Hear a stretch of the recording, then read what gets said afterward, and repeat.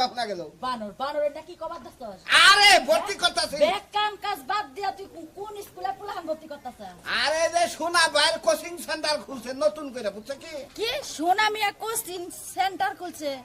ওইটা আবার কি বা কোচিং সেন্টার খুলছে কি করবই না আরে প্রশিক্ষণ দিব এটা হইলে ভিন্ন রকমের কোচিং সেন্টার এলাকায় যে সব মানুষ অকেজো ভয়ে থাকে তাকো নিকে এই দেখো না তুমি যে পাইলে মাইকিং করতাছ মানুষের কাছে পাও কথা খায় না ও কোনোদিন স্কুলের বারান্দায় যায় দেখে নাই আর ও যে কোচিং সেন্টার খুলছে ওই নাকি আমি চাকরি করা হারমো খাটবো গরম হয়েছে